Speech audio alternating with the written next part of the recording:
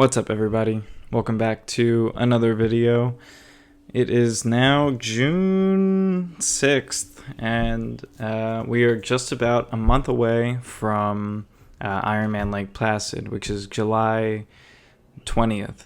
And so it's a little bit over a month. The time actually moves insanely quickly, especially when every single day is filled with training after training after training with minimal rest days. The weeks tend to fly by, and honestly, I view time in terms of like workout to workout basically these days, because usually they're the hardest part of my day, and sometimes even I can look forward to weekend for the opposite reason, because those workouts are the hardest of the week, and I am not looking forward to them in a good way. I just know that I have about 4 or 5 good weeks of training left at this point, and that does not include next week, which is finally a recovery week. But what I want to touch on in the beginning of this video is my recap of May, since I now have the numbers from my Strava that total pretty much everything that I've done this past May, and this will give you a little bit of insight at what not the month before the race will look like, but the month before that. So this May really was the beginning of me peaking out in my training.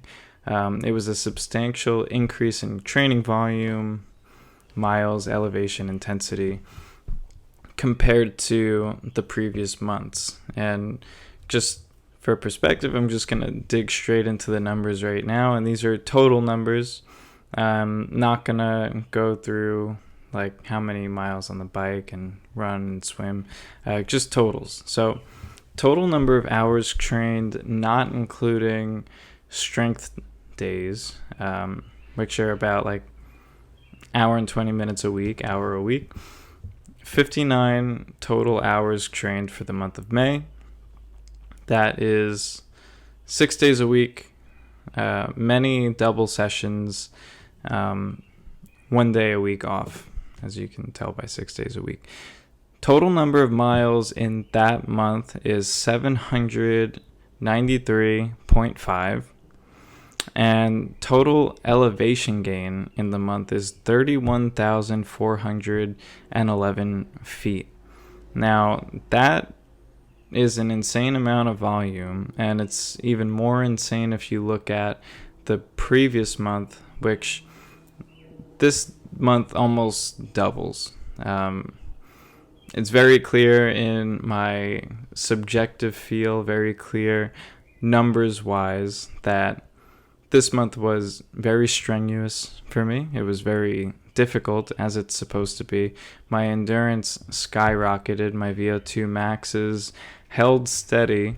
And there's a few key things that you might want to pay attention to when you're looking at your training, because the numbers might start to scare you a little bit as you pay attention to them day to day, especially if you're using like a Garmin like I use, or a Whoop. The data really can start to mess with your head if you're not careful about it.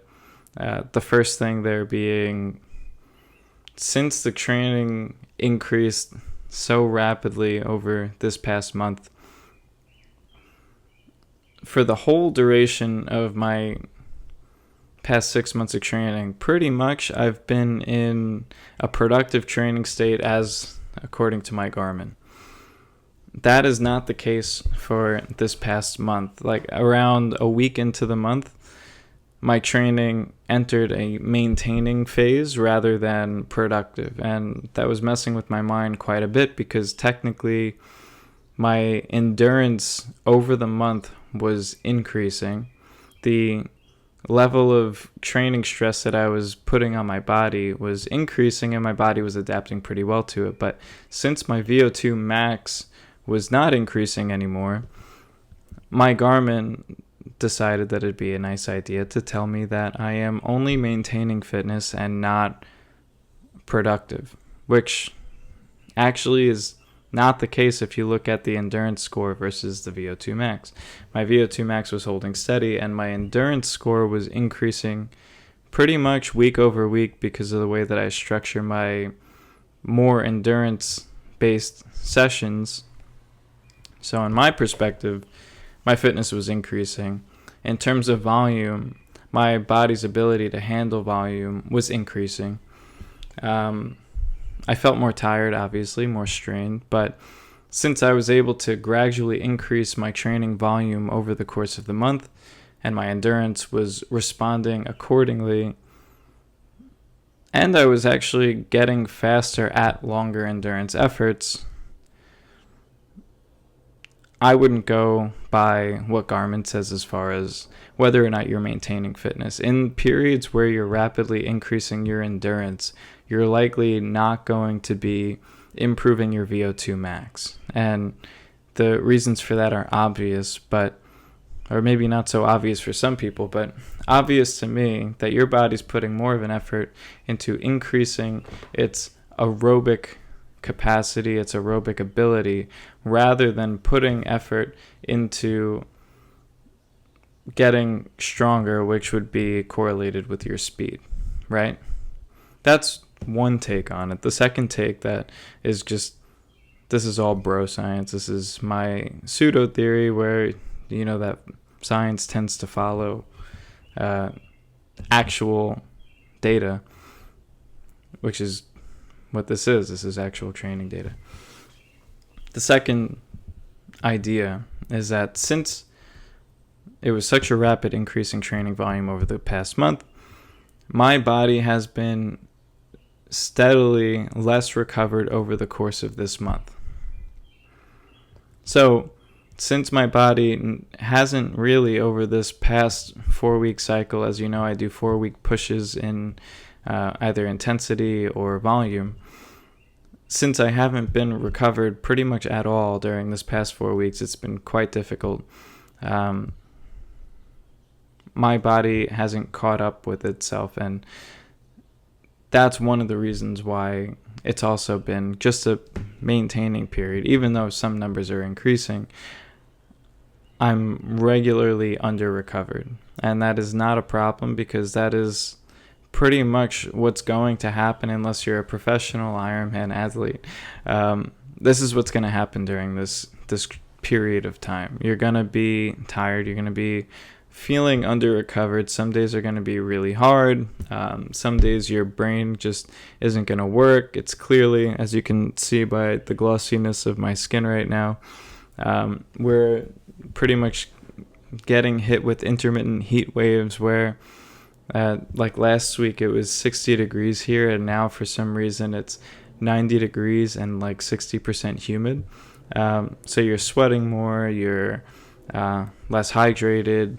My speed workouts have been ridiculous. All that to say, don't worry about your data so much and don't let it get in your head, especially during these 2 months of building up to your race. Now, here's another thing. So right now, at my current fitness level, I am more fit than last year at the same time. Where if this continues in the direction that it's going, means that I'm going to PR, or I'm very likely to PR this next race. By how much? We don't know yet. But that perspective is always good to keep in your mind, that even though you feel horrible and you feel worn down, if you can notice the improvement from, don't look at like last week or the week before, but year over year, if you zoom out enough, you'll see that last year, around this time, for me to hold the same easy pace, like say a 10:30, it requires way less effort this year, and that's indicative of much greater strength and much greater fitness. So focus on stuff like that as you're getting in these mental pits. That's the main recap. So where are we going from here? What does this next 5-6 weeks look like until race day? Well, now that I am finishing up this hard stint, this hard effort, where the past 4 to 5 weeks have been absolutely hellish in terms of training volume, training intensity. What are we looking at for the next month and a half? Next week, as you know, with my cycle, is a recovery / deload week. So I'm going to be taking the time to recover from this effort from the past month. Now, this week, it's going to be really important for me to stay hydrated, still hit my daily sessions nice and easy. Don't worry about the data, because the data is going to show that I might enter an unproductive state. I might be well below the acute load and the systemic load that I'm searching for at this point in training. But ideally, and this is my plan, by taking this week to recover before another 4-week push to my real deload week, which is the week to 10 days before the race, where I significantly reduce volume and I just let my body soak in all the training that I've put in over these past bunch of months, I am going to significantly benefit from that. So recovering in this next week for one final push up to the final recovery week, that's where I think I'm going to get maybe 80 to 90% of the fitness gain of this training block, where everything prior to this was establishing a solid base for this next Ironman. And in these next bunch of weeks, I'm going to hit a level of fitness that I've never hit before, which is why we call this the peak phase. So peak and taper. That's what we're doing right now. We're peaking, we're working up to a peak, and then we're going to taper down and then absolutely kill the race. That's where we are. That's how this past month has been. And as for today and this weekend, leading into this recovery week, it's going to be, I'm not going to do what I always do. And what I always do is the wrong thing. And this is not what I recommend to anybody that I coach. It's one of those do as I say, not as I do things. But this time I'm going to do as I say. Me knowing that it's a recovery week, a lot of the time I'll let my mind get into oh, thank God it's a recovery week.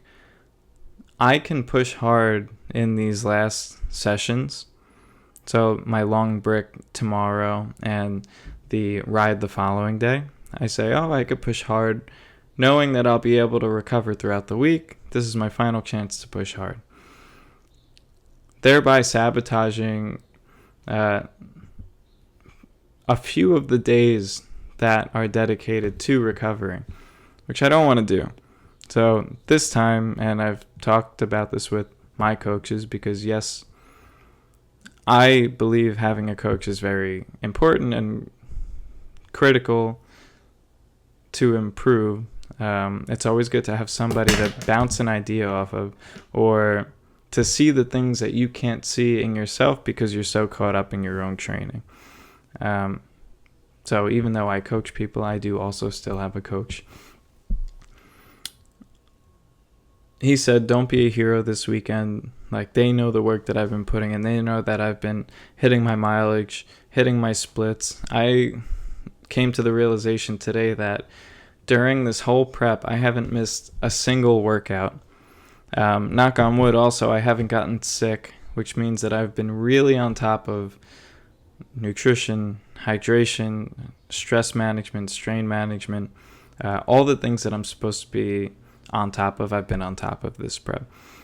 So now is not the time to be a hero and go hard on tomorrow's 6-hour workout and the next 3-hour workout and set myself up in a position where I'm not actually getting recovered from this recovery week. What I want to do is I'm going to take these moderate to easy, how they're supposed to be done, go into the recovery week not fresh, but having that good, solid, easy volume under my belt where all I'm recovering from, because my heart really, like my cardio recovers super fast, but the muscles at this point, the joints, like that's really where I need to recover right now. I need my muscles and my joints and my mind, my brain to come back to snuff. So next week, I want to make the absolute most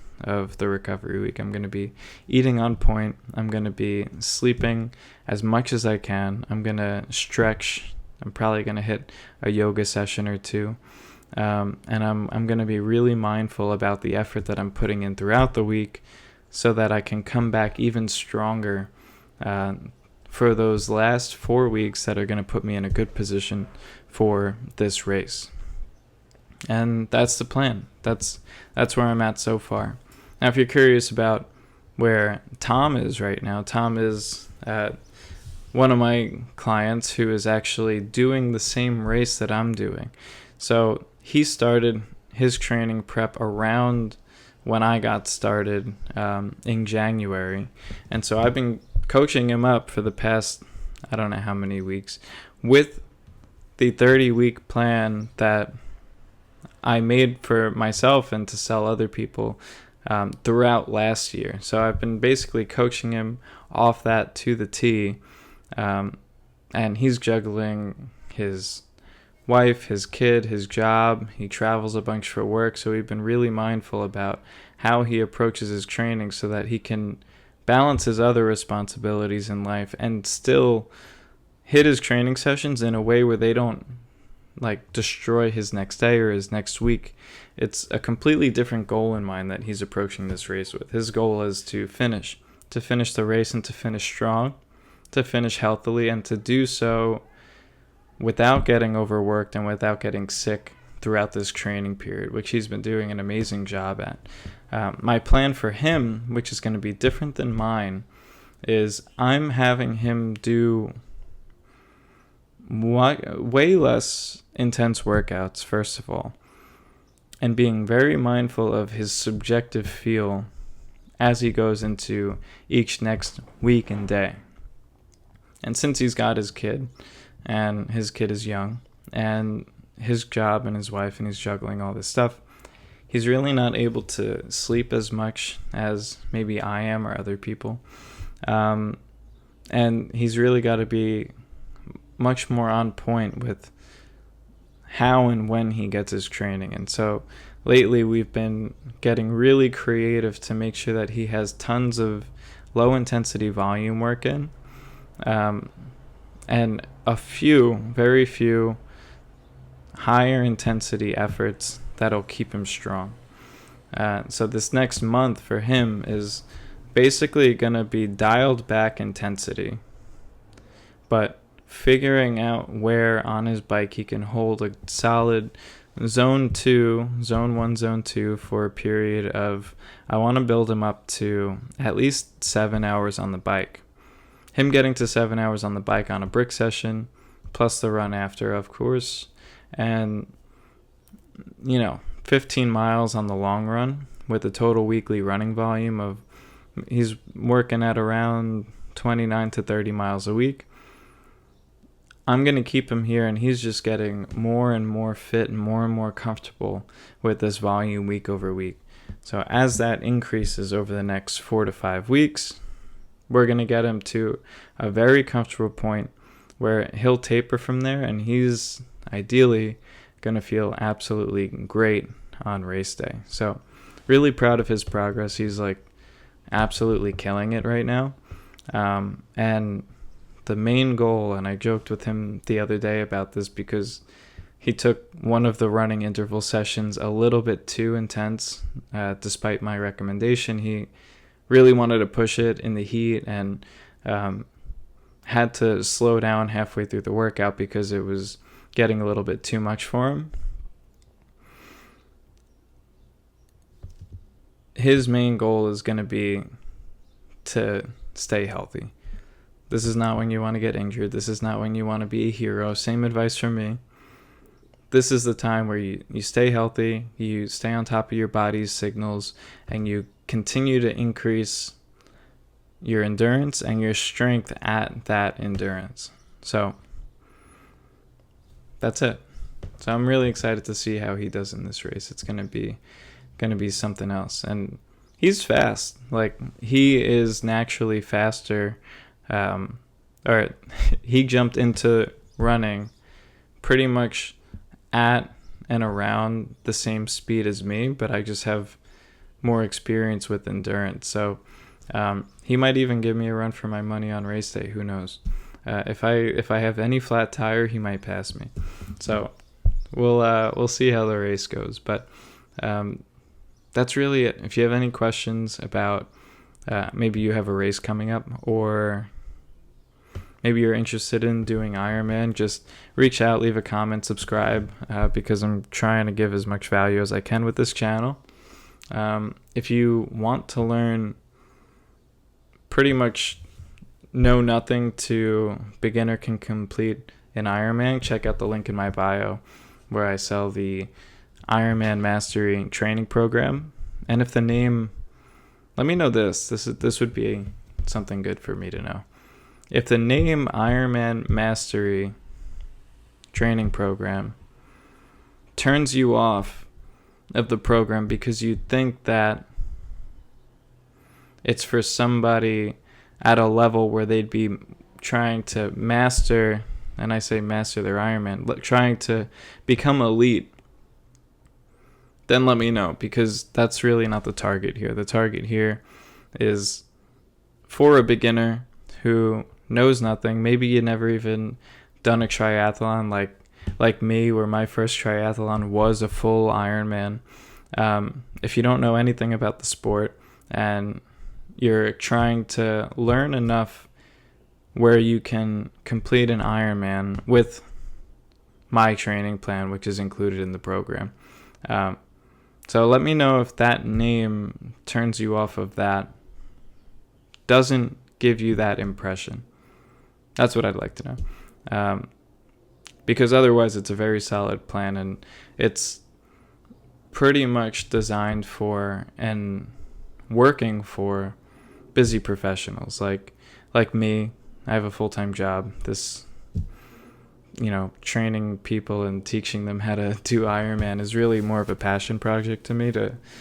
It's nice to be associated with somebody accomplishing something big, like something really big for themselves. Which is why I'm really excited to see Tom cross that finish line. Like, having put in literally only the 30 weeks that I gave him to go from zero, never having even done a marathon, to then doing an Ironman. That'll be a good feeling, and that's something that I think you probably can't replace. So this isn't my day job. I work 40 to 50 to 60 hours a week, and this is made for people like us who have a full-time job, who work, who have relationships, family, but just like the idea of pushing ourselves, seeing how far we can go, finding really the limit of our potential in sport, in our minds, all of that. So let me know what you think. If you like this, subscribe, and I'll catch you all in the next video. I'm about to go for an easy 4-mile run in this hot and humid New York weather, and then a 2,100 meter swim. So wish me luck. Talk to you in the next video.